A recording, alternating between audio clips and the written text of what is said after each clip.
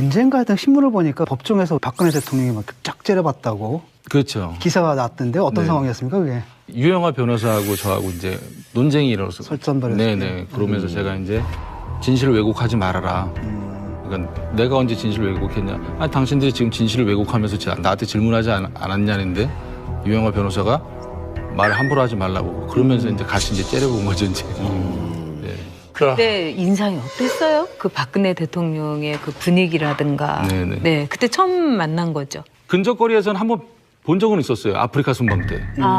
작년 2016년 5월 달에 거기에서 이제 한번 지나가시는 걸 뵀었는데 이번에 그 법정에서 봤을 때는 많이 달랐죠.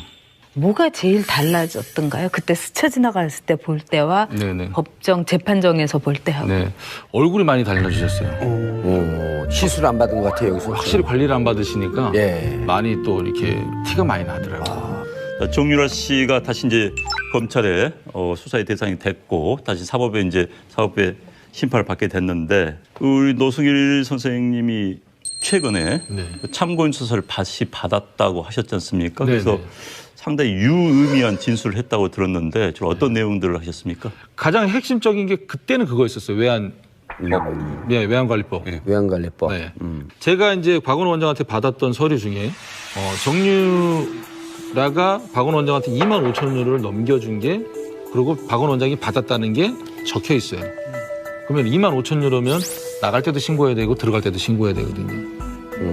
왜 이게 가능했느냐? 프리패스예요, 프리패스. 이들은 VIP입니다, 인천공항에서는. 구체적으로 느껴지던가요? 뭐 상황이? 어디에서 딱 느꼈냐면요. 프랑크푸르트에서 느껴졌어요. 최순실은 딱 백 하나 딱 끼고 오고요. 비싼 케이스를 3개를 대한항공 지점장이 끌고 나오고 또 여직원이 스포츠 백을 3개를 또 끌고 나와요. 대한항공 지점장이 카트 끌고 나오는데 거기에 있는 독일인 보안 검사하는 사람들 붙잡겠냐고요. 그냥 무조건 그냥 통과죠. 그럼 인천공항에서는요 어떻게? 인천공항에서는 제가 VIP 쪽으로 이용하는 걸로 알고 있어요.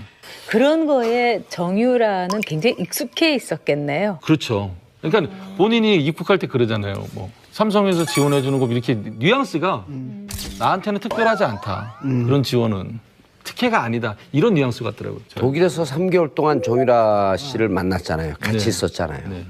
정유라 씨가 삼성과 관련된 발언을 또 뭘 했나요? 삼성과 관련된 발언은 극히 조심했었어요. 아, 정유라도? 네네. 하지만 가장 결정적인 건 이거 같아요. 프랑크푸르트에서 2015년 8월 26일 날 코어스포츠하고 삼성이랑 계약을 하잖아요. 삼성의 박상진 전 사장, 예. 그다음 황성수 전 전무, 그다음 법무팀 변호사 3명이서 박원호 원장이 인솔을 해서 비블리스 마장을 갑니다. 결정적인 건 뭘 보냐면 정유라가 말 타는 시범하는 모습을 보게 됩니다. 정유라는 누가 와서 자기가 말 타는 시범을 볼 것이라는 걸 인지를 하고 있었어요. 거기에다가 제가 삼성에서 오니까 다과를 준비해야 될 거 아니에요. 아하. 테이블을 세팅을 하고 정유라한테 삼성에서 와서 너 말 타는 걸 볼 거니까 너 시범 보여야 된다. 이것까지 제가 얘기했어요. 그래 자기가 준비도 할 테니까. 네. 이게 검찰에서 전화가 와서 제가 이 부분을 설명을 해줬어요. 그랬더니 우리한테 먼저 했어야 되는데. 알겠다 이러는 거예요. 검찰에서는 가장 많이 물어본 게 어떤 부분이었어요? 계속 확인하면서. 가장 핵심적으로 보는 게 말이었었어요. 말. 삼성에서 말을 블라디미르. 어떻게 사주고 이게 실질적으로 정말 삼성에서 빌려준 거냐 아닌 거냐 이렇게 얘기가 나온 거죠.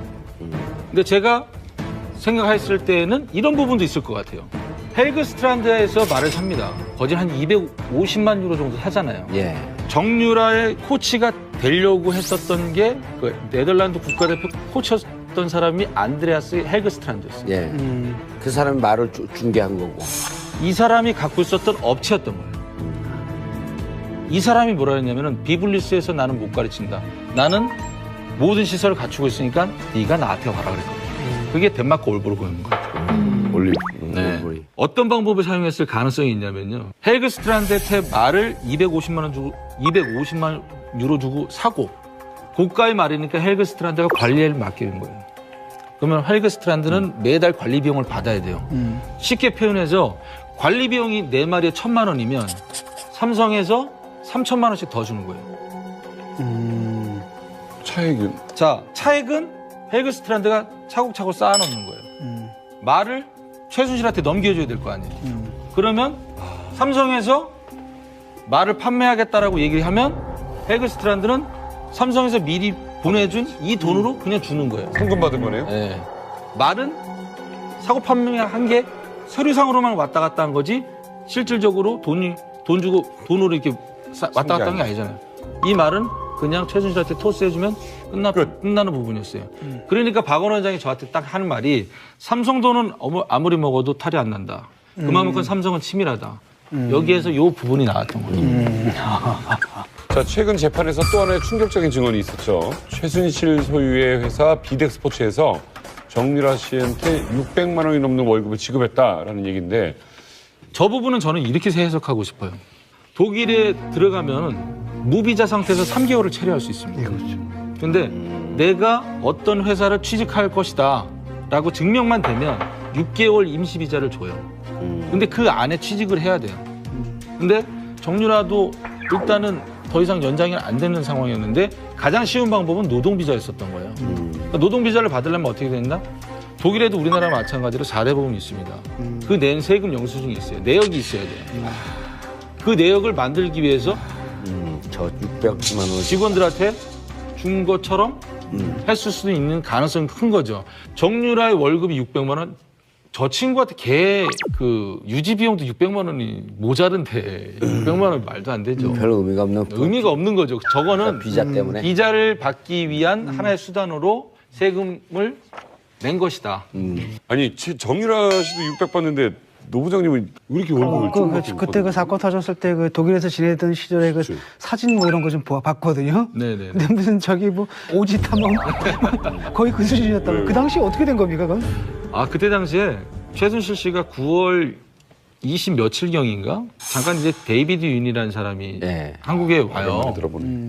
독일에 있다가 한국에 가서 잠깐 갔다가 최순실을 만나고 와서 저한테 부장님 전 좀 잠깐 보세요 하더라고요. 그래서 왜 무슨 일이세요? 그러니까는 부장님 회장님께서 모든 거 다 정리하고 한국에 들어오랍니다. 그러는 거예요.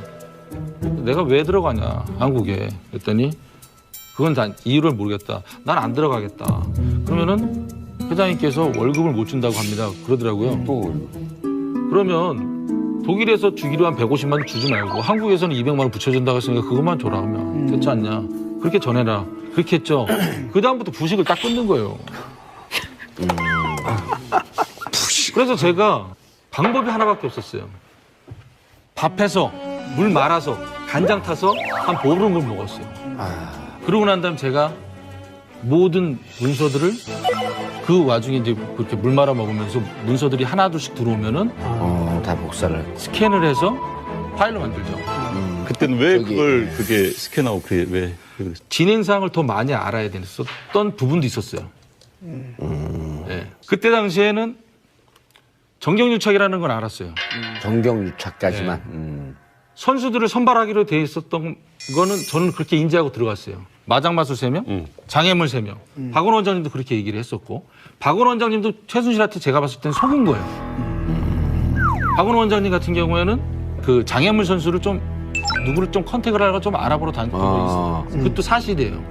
하지만 최순실이 꼴값 떨고 있네. 누구 때문에 이게 생겼느냐 해서 모든 게 다 틀어졌죠. 그러니까 박원호 원장님 그다음부터 선수 안 알아보러 다닙니다. 자, 오로지 이 한 사람만을 지원하기 위해서 만든 프로그램이었던 거예요. 그러니까 그게 그 전에 2014년 2월 달에는 권력형 비리를 했죠.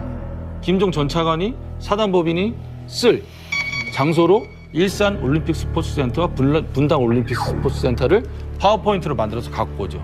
운영권, 그다음에 시설도 사용할 수 있게끔.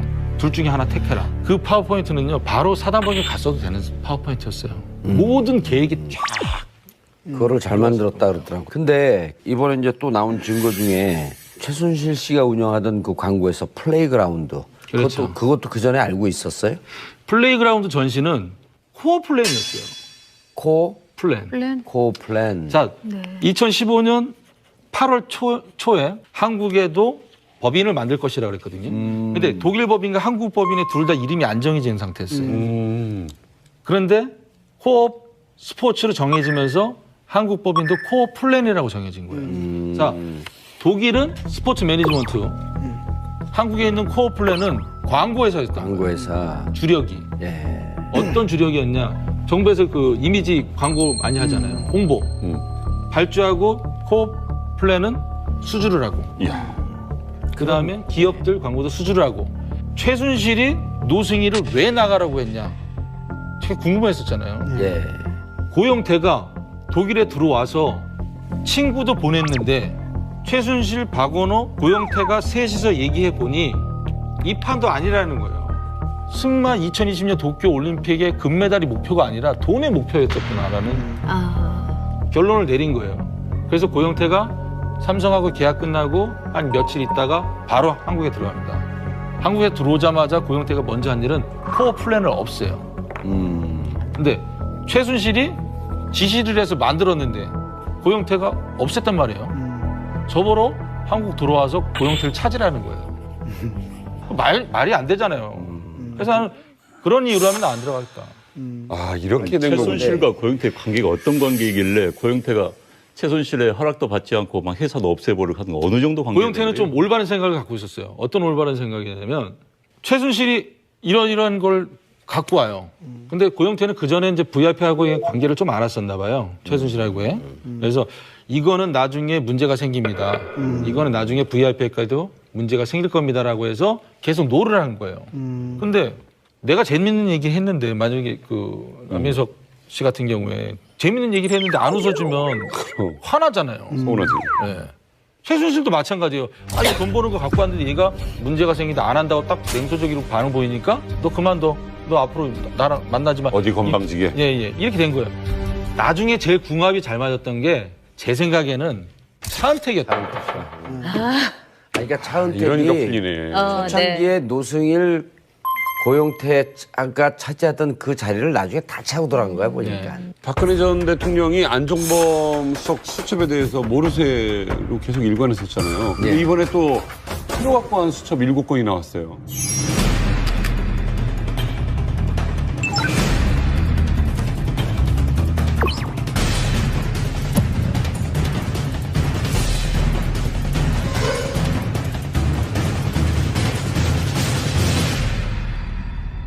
아니 근데 궁금한 게요. 뭐 미국의 FBI 국장은 뭐 메모한 게 증거 채택 능력이 있다 뭐 이런 얘기도 하는데 예.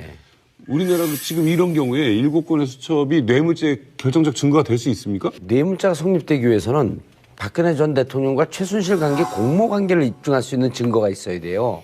근데 지금까지는 공모 관계 공동지갑을 어떻게 설명을 했었냐면 최순실 박근혜 대통령의 옷값을 내주지 않았냐 이런 것으로 하는데 이게 방증 자료는 가능한데 너무 돌아간 증거야. 근데 이상화 같은 경우는 실질적으로 최순실 독일 금고지기 그다음에 여기 유재경 그 미얀마 대사로 바꿨던 사람 양혜경 이런 등등 사람과 다 연관되어 있는 고대 인맥이거든요. 그러니까 실질적으로 이상화 금고지기에게 이 전화번호를 안종범에게 줬다라고 하는 것은 안종범에게 이상화에게 삼성에서 돈이 들어오는 등등을 확인해라라고 하는 것을 지시했을 가능성이 무척 높고 그리고 두 번째 00149 이렇게 되잖아요. 001은 뭡니까? KT 아니에요. 박근혜 대통령 KT 이동수 거기 그 자기 직원을 박아놓았잖아요. 9월 13일서부터 요 전화번호와 전화통화가 된 내역을 다 조사를 하면 이상화가 삼성과 연결된 전화가 어디에서든지 나오면 이건 완전 스모킹건이 되는 거죠. 이동수는 최순실이 그 KT의 광고 담당 임원으로 꽂아놓은 거예요. 그러니까 자기 회사에다가 광고 갖다 줄 사람으로. 그렇죠. 근데 플레이그라운드는 최순실 소유의 이제 광고 회사고. 네. 그러니까 KT를 통해서 플레이그라운드에다 광고를 몰아주었다가 좀 구설수에 올랐나 보죠. 그렇죠. 그러니까 뭐 한쪽에 몰아준다고 오해. 그러니까 그런 일 없게 하라. 한 다음에 한 며칠 있다가 6월 20일 날 다시 지시사항이 나오는데 이동수 광고 받아주기 점검. 그 일 잘 됐느냐. 확인. 점검해봐라, 확인해봐라 이거죠 지금. 그렇죠. 그러니까 대통령이 알아서. 네, 맞 근데 이거를 전에는 어떻게 증언했냐? 그 박근혜 그 전 대통령은 이 부분에 대해서 전혀 모른다 그랬어요. 그치. 그다음 또 하나는 이제 이 사건과 관련해서 우리가 주목해야 할 사건이 문영표 전 보건복지부 장관하고 홍완선 전 국민연금공단 기금운용본부장이죠. 이분들이 최근에 유죄 판결을 받았어요, 법원에서 2년 6개월 받았는데 일단 이 판결에는 대통령 관련성은 언급이 없어요. 아니, 대통령과 관련시키지 말라고 또 재판부 얘기를 해요. 네. 예. 그러니까 그 없지만은 일단은 뭐냐면 일거는 뭐냐면은 청와대에서 이 장관이나 뭐 이런 사람들 시켜가지고 기금 운영을 기금 시켰다는 운영을 거죠. 시킨 거죠. 그로서 국고에 손실을 초래했고 그로부터 이익을 받은 건 삼성이라는 거예요. 엄청난 이익을 받겠죠. 몇천억에. 그러니까 삼성은 거대한 이익을 받고 그런 삼성이 이상화 통해 가지고 돈을 줬고, 그러니까 큰 그림은 나온 거죠. 큰 그림이 나왔는데 이제 이게 삼성물산과 제일모직 M&A 하는 과정 여기에 돈이 잘못 들어갔다는 얘기거든요. 결과적으로 간접적인 뇌물죄 그다음 삼성의 이 합병 과정을 도와준 이런 부분에 대해서 간접적인 증거 자료는 된 거지. 간접적인 증거 자료 이상이겠죠. 그렇죠. 약간 왜 세게 낀 거라고 그러냐면은 봐요. 검찰에서 이 뇌물 수수라든가 또는 부정한 돈의 거래를 할 때 그 수많은 사람인데 차명 계좌를 어떻게 걸러내느냐 하는데 사실 한 군데나 두 군데만 걸르면 금방 그렇죠. 알아낼 수가 있어요. 왜냐하면은 차명 계좌를 생판 모르는 사람한테 부탁하지는 않잖아요. 결국은 사돈의 8촌 정도의 범주란 말이에요.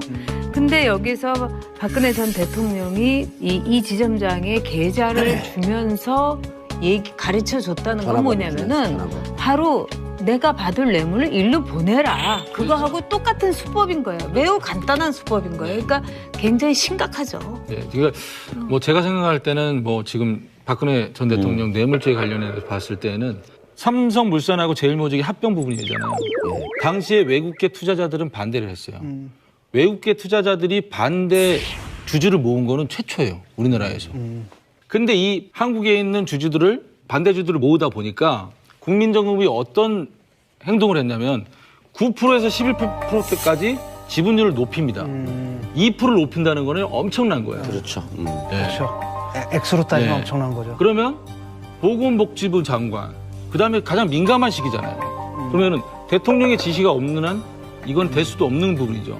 그러니까 삼성에서 부탁을 해서 국민연금이 캐스트보드 역할을 해줬고 돈은 전영 의원님이 말씀하신 대로 최순실 쪽으로 빼준 거고 그리고 박근혜 전 대통령과 최순실은 인척관계가 아니잖아요. 그러니까 민정에서 관리 대상이 아니란 말이죠. 그러니까 이쪽으로 뺐을 가능성은 충분하다는 거죠. 그리고 이제 이 상황 같은 경우에 이제 그 독일 부장이죠, 프랑크푸르트 그 하나 외환에는 법인장이었어요. 그 네. 사람이. 최순실이 독일에 머무는 기간은 오면은 한 달이에요. 근데 또 나가면 또 한 달이잖아요. 근데 한 달 동안 돈을 인출하고 뭐하고 또 해야 될 거 아니에요. 근데 금융실명제 우리나라도 본인이 직접 가서 전폐 작성을 하고 본인이 가야지만이 모든 금융거래가 가능하잖아요. 최순실이 가기 전에 이게 전표라고 생각해 보세요. 출금 전표라고. 그럼 최순실이 여기다 사인만 하고 가는 거예요. 수십 장을 사인하고 갑니다. 미리 네. 수십 장을 사인하고 가면 이상화한테 전화를 해요. 어디를 송금해야 된다고. 그럼 이상화가 사인이 돼 있으니까 이상화가 다 적습니다. 프린트를 만들고. 그다음에 송금을 하고 보고를 하는 거죠. 이상화가. 그러니까 그게 코스포스 재단에 있는 돈 아니에요. 그렇죠. 코스포스에 있는 예, 돈. 예. 그러니까 제가 알기로에는 코스포츠 대표고 대표는 박승관 변호사잖아요. 예, 박승환 변호사. 자, 박승관 변호사 이름으로 계좌가 개설이 될 거 아니에요. 대표니까. 법인 계좌가. 예. 사인은 제가 알기로는 사인은 최순실 사인으로 보내는 걸로 알고 있어요. 그러니까 모든 게 핸들링이 다 가능했던 구조를 다 만들어 놓은 거죠. 지난번 저희 외부자들하고 보이스피싱을 하셨죠. 네네. 그 당시에 취조하는 것 같아요. 그게 말이에요. 검찰 같아. 괜찮습니다. 저는 적응이 돼 있기 때문에. 익숙하죠. 오늘 오전에 워낙에 많이 다녀서 괜찮습니다. 제가 더 자연스러운 것 같아요. 상황극의 한 장면. 검찰식으로 해보겠습니다. 네. 좀 처음 다시 하겠습니다. 네네네. 검찰에서도 그래요. 지난번 저희 외부자들하고 이 보이스피싱을 하셨죠. 네, 그렇죠. 예. 그때 정동춘 이사장의 행방불명으로 회계단 직원들이 월급을 못 받고 있다 이렇게 이야기를 하셨죠. 네, 맞습니다. 예. 요즘 근황 좀 궁금한데요. 예, 요즘에 그 K스포츠 재단 출근하고 있고요. 대신에 월급은 지금 못 받고 있습니다. 출근을 하는데 월급이 안 나와요? 예, 정동춘 전 이사장님께서 법인 공장에 있는 도장을 갖고 나가셔가지고 비밀번호를 다 바꿔놔가지고 저희가 월급을 지금 못 받고 있습니다. 아이고야. 그런데 이제 최근 언론 보도를 보면은 정동춘 이사장이 K스포츠 재단의 출연금 네. 남아있는 275억 원이 모인 계좌를 네. 인출하려고 시도했다 이런 보도가 나와서 네, 좀 네. 놀랐는데 네. 근데 상식적으로 본다면은 K스포츠 재단은 이미 알려져 있고 은행에서도 특별 관리를 할 것 같은데 네네. 바보가 아닌 이상 인출하러 갔을 것 같지는 않아요. 상식선을 본다면은. 네. 어쩌 뒷사정이 있습니까? 왜 그랬을까요? 본인이 은행을 찾아갈 때 판결문을 갖고 왔거든요. 그러니까 그게 뭐였냐면은 정동춘 이사장이 2017년 1월 13일 날 이사장이 연임이 안 돼요. 그래서 해임이 된 상황이었고 본인이 나가면서 재단에 머물러야 될 도장, 사용인감을 갖고 나갔어요. 그리고 그 다음날 각 거래은행 찾아가서 비밀번호를 바꿔놓고 또한 다른 은행의 계좌를 개설을 해서 그쪽으로 또 이체도 시켜놓은 것도 있었고 그런 상황에서 저희도 이제 그 사람이 돈을 못 쓰게끔 막아내야 될 거 아니에요. 그래서 저희도 은행에다가 지급 정지를 시켜놨죠. 그래서 양쪽 다 못 쓰게끔 만들어놨어요. 그렇게 되니까 정동춘 이사장이 가처분 신청을 걸어놓은 거죠. 법원에다가.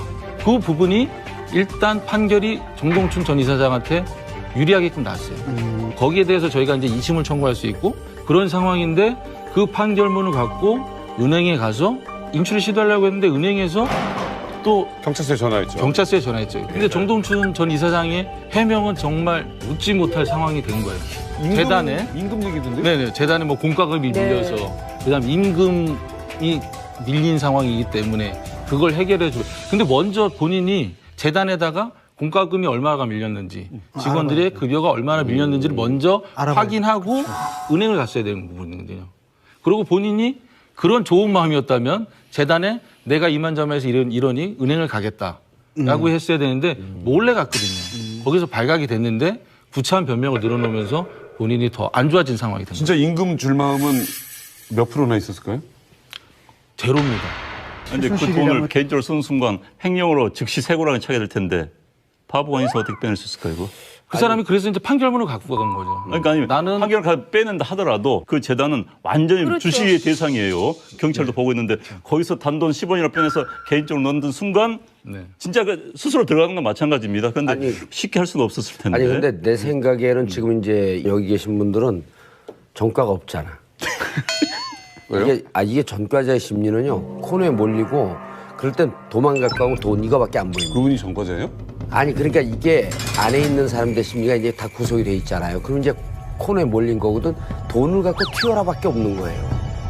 제가 보기에는 이 돈은 이미 눈먼 돈을 모아놨는데 저 몇백억이 어르렁거리는 거예요 계속. 그래서 저는 본인이 생각을 했든 아니면 제3자가 얘기했든 전 빼갖고 튀려고 했던 거밖에 없어요. 아니 상식적으로 이렇게 피곤한 일에 연루가 되면 난 그 자리에 빨리 박차고 나가서 자유 근데 먹는 게 최순실 자체가 어떻게 보면은 나랏돈 빼먹는 거를 그 목표로 삼은 거 아니에요. 그런 점에 아니, 있어서는 그러니까 돈을 빼갖고 튀려고 했던 거예요. 내가 보기에는. 그거밖에 길이 없어요. 은에 대해서는 집착이 굉장히 강했던 사람 같아. 근데 이제 최순실이 뭐 이런 뭐 K 스포츠도 만들고 뭐 이것저것 만드는 그런 솜씨를 보면 거의 전문가의 수완인데 반면에 언행을 보면은 또 정말 대책 없는 그 아줌마 같다는 느낌도 드는 거예요. 아주머니들 중에서도 이 머리가 잘 돌아가는 분이 있는데 이건 완전히 그냥 내지르는 그런 스타일인데 도대체 어떤 게 진짜 최순실의 얼굴인가요? 모습인가요? 저는 후자 쪽에 이제 내질리는 스타일이 이제 최순실의 스타일이라고 보고요. 오. 최순실이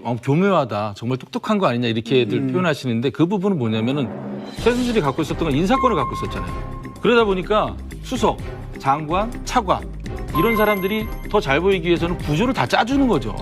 이렇게 하면 됩니다.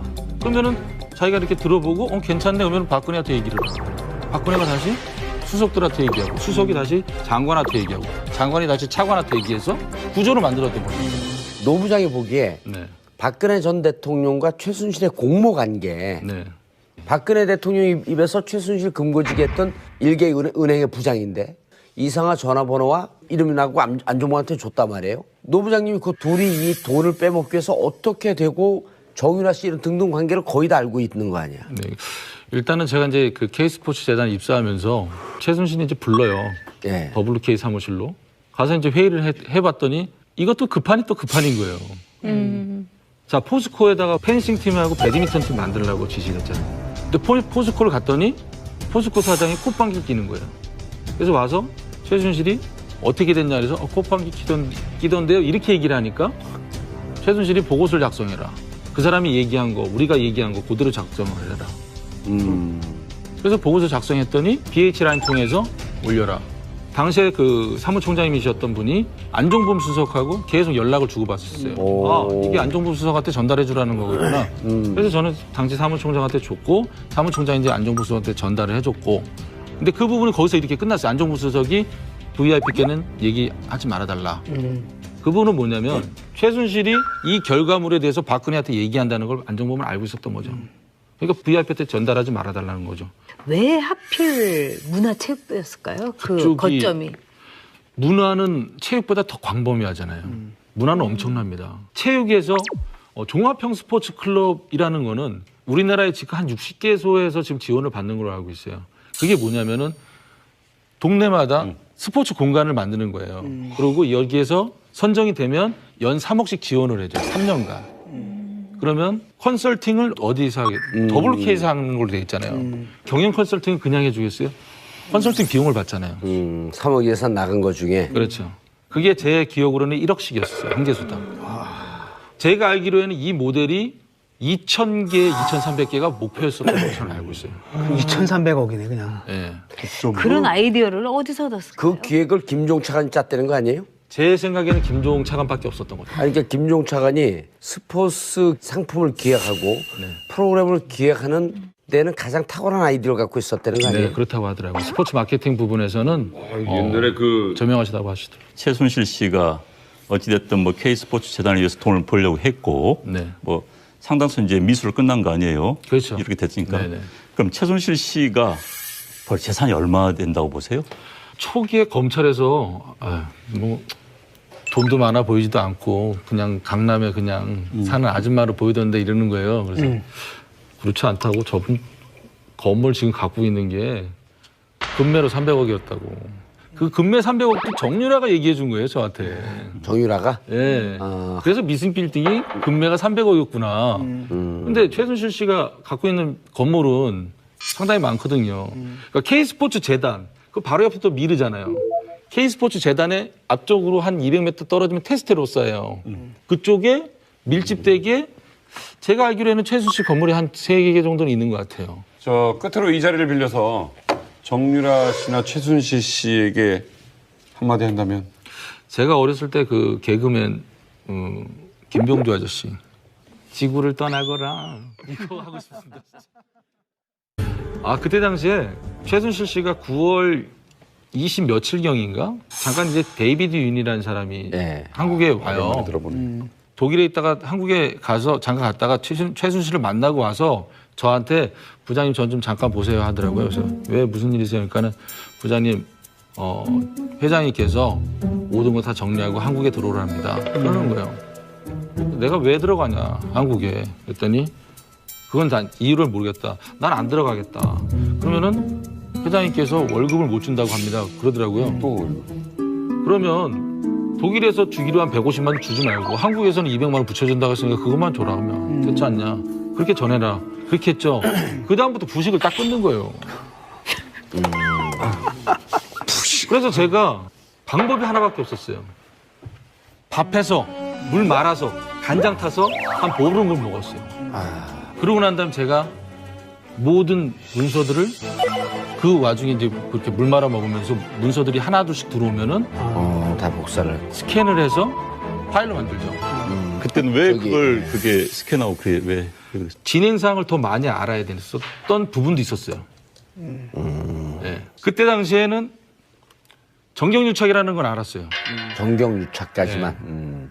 선수들을 선발하기로 돼 있었던 거는 저는 그렇게 인지하고 들어갔어요. 마장마수 3명, 장애물 3명. 박원 원장님도 그렇게 얘기를 했었고 박원 원장님도 최순실한테 제가 봤을 때는 속은 거예요. 박원 원장님 같은 경우에는 그 장애물 선수를 좀 누구를 좀 컨택을 하려고 좀 알아보러 다녔던 거 있어요. 그것도 사실이에요. 하지만 최순실이 꼴값 떨고 있네. 언젠가 하여튼 신문을 보니까 법정에서 박근혜 대통령이 막 쫙 째려봤다고 그렇죠. 기사가 났던데 어떤 네. 상황이었습니까 그게? 유영아 변호사하고 저하고 이제 논쟁이 일어나서 설전벌였을 네네. 그러면서 제가 이제 진실을 왜곡하지 말아라. 그러니까 내가 언제 진실을 왜곡했냐? 아니 당신들이 지금 진실을 왜곡하면서 나한테 질문하지 않았냐는데 유영아 변호사가 말 함부로 하지 말라고 그러면서 이제 같이 이제 째려본 거죠 이제. 네. 그때 인상이 어땠어요? 그 박근혜 대통령의 그 분위기라든가. 네네. 네, 그때 처음 만난 거죠. 근접거리에서는 한번 본 적은 있었어요. 아프리카 순방 때. 작년 2016년 5월 달에 거기에서 이제 한번 지나가시는 걸 뵀었는데 이번에 그 법정에서 봤을 때는 많이 달랐죠. 뭐가 제일 달라졌던가요? 그때 스쳐 지나갔을 때 볼 때와 네네. 법정 재판정에서 볼 때하고. 네. 얼굴이 많이 달라지셨어요. 시술 안 받은 것 같아요, 여기서. 확실히 관리를 안 받으시니까 예. 많이 또 이렇게 티가 많이 나더라고요. 정유라 씨가 다시 이제 검찰에 수사의 대상이 됐고 다시 사법에 심판을 받게 됐는데 우리 노승일 선생님이 최근에 네. 참고인 수사를 다시 받았다고 하셨지 않습니까? 네, 그래서 네. 상당히 유의미한 진술을 했다고 들었는데 주로 어떤 내용들을 하셨습니까? 가장 핵심적인 게 그때는 그거였었어요. 외환관리법. 외환관리법. 네. 제가 이제 박원호 원장한테 받았던 서류 중에 정유라가 박원호 원장한테 2만 5천 유로를 넘겨준 게 그리고 박원호 원장이 받았다는 게 적혀 있어요. 그러면 2만 5천 유로면 나갈 때도 신고해야 되고 들어갈 때도 신고해야 되거든요. 왜 이게 가능했느냐? 프리패스예요, 프리패스. 그러니까 너 시범 보여야 된다. 이유까지 제가 얘기했어요. 그래 자기가 준비도 할 테니까. 네. 이게 검찰에서 전화가 와서 제가 이 부분을 설명을 해줬어요. 그랬더니 우리한테 먼저 했어야 되는데. 알겠다 이러는 거예요. 검찰에서는 가장 많이 물어본 게 어떤 부분이었어요? 계속 확인하면서. 가장 핵심적으로 보는 게 말이었었어요. 말. 삼성에서 말을 블라디미르. 어떻게 사주고 이게 실질적으로 정말 삼성에서 빌려준 거냐 아닌 거냐 이렇게 얘기가 나온 거죠. 근데 제가 생각했을 때는 이런 부분도 있을 것 같아요. 헬그 스트란드에서 말을 삽니다. 거진 한 250만 유로 정도 사잖아요. 예. 정유라의 코치가 되려고 했었던 게 그 네덜란드 국가대표 코치였던 사람이 안드레아스 헬그 스트란드였어요. 예. 그 사람이 말을 중개한 거고. 이 사람이 갖고 있었던 업체였던 거예요. 이 사람이 뭐라 했냐면은 비블리스에서 나는 못 가르친다. 나는 모든 시설을 갖추고 있으니까 네가 나한테 와라 그랬거든요. 그게 덴마크 올보르그인 것 같아요. 올리. 네. 어떤 방법을 사용했을 가능성이 있냐면요. 헬그 스트란드한테 말을 250만 유로 주고 사고 고가의 말이니까 헬그 스트란드가 관리를 맡기는 거예요. 그러면 헬그 스트란드는 매달 관리 비용을 받아야 돼요. 쉽게 표현해서 관리 비용이 네 마리에 1,000만 원이면 삼성에서 3,000만 원씩 더 주는 거예요. 차액은 자, 차액은 헬그 스트란드가 차곡차곡 쌓아놓는 거예요. 말을 최순실한테 넘겨줘야 될 거 아니에요. 그러면 삼성에서 말을 판매하겠다라고 얘기를 하면 헬그 스트란드는 삼성에서 미리 보내준 이 돈으로 그냥 주는 거예요. 현금 받은 거네요. 네. 말은 사고 판매한 게 서류상으로만 왔다 갔다 한 거지 실질적으로 돈 주고 돈으로 이렇게 왔다 갔다 한 게 아니잖아요. 이 말은 그냥 최순실한테 토스해주면 끝나는 부분이었어요. 그러니까 박원호 원장이 저한테 딱 하는 말이 삼성 돈은 아무리 먹어도 탈이 안 난다. 그만큼 삼성은 치밀하다. 여기에서 이 부분이 나왔던 거죠. 자, 최근 재판에서 또 하나의 충격적인 증언이 있었죠. 최순실 소유의 회사 비덱스포츠에서 정유라 씨한테 600만 원이 넘는 월급을 지급했다라는 얘기인데 저 부분은 저는 이렇게 해석하고 싶어요. 독일에 들어가면 무비자 상태에서 3개월을 체류할 수 있습니다. 근데 내가 어떤 회사를 취직할 것이다 라고 증명만 되면 6개월 임시 비자를 줘요. 근데 그 안에 취직을 해야 돼요. 근데 정유라도 일단은 더 이상 연장이 안 되는 상황이었는데 가장 쉬운 방법은 노동비자였었던 거예요. 그러니까 노동비자를 받으려면 어떻게 됐나? 독일에도 우리나라 마찬가지로 4대 보험이 있습니다. 그 낸 세금 영수증이 있어요. 내역이 있어야 돼요. 그 내역을 만들기 위해서 저 600만 원. 직원들한테 준 것처럼 했을 수도 있는 가능성이 큰 거죠. 정유라의 월급이 600만 원, 저 친구한테 걔 그 유지 비용도 600만 원이 모자른데 600만 원 말도 안 되죠. 별 의미가 없는. 의미가 없는 거죠. 저거는 비자 때문에. 비자를 받기 위한 하나의 수단으로 세금을 낸 것이다. 아니 정유라 씨도 600 받는데 노 부장님은 왜 이렇게 월급을 그때 그 사건 터졌을 때 그 독일에서 지내던 시절에 그 사진 뭐 이런 거 좀 봤거든요. 네네. 근데 무슨 저기 뭐 오지 탐험 거의 그 수준이었다고. 그 당시 어떻게 된 겁니까, 그건? 이들은 VIP입니다. 인천공항에서는. 구체적으로 느껴지던가요? 뭐 어떤 상황? 어디에서 딱 느꼈냐면요. 프랑크푸르트에서 느껴졌어요. 최순실은 딱 백 하나 딱 끼고 오고요. 비싼 케이스를 3개를 대한항공 지점장에 끌고 나오고 그 또 여직원이 스포츠 백을 3개를 또 끌고 나와요. 대한항공 지점장이 카트 끌고 나오는데 거기에 있는 독일인 보안 검사하는 사람들 붙잡겠냐고요. 그냥 무조건 그냥 통과하죠. 그럼 인천공항에서는요 어떻게? 인천공항에서는 제가 VIP 쪽으로 이용하는 걸로 알고 있어요.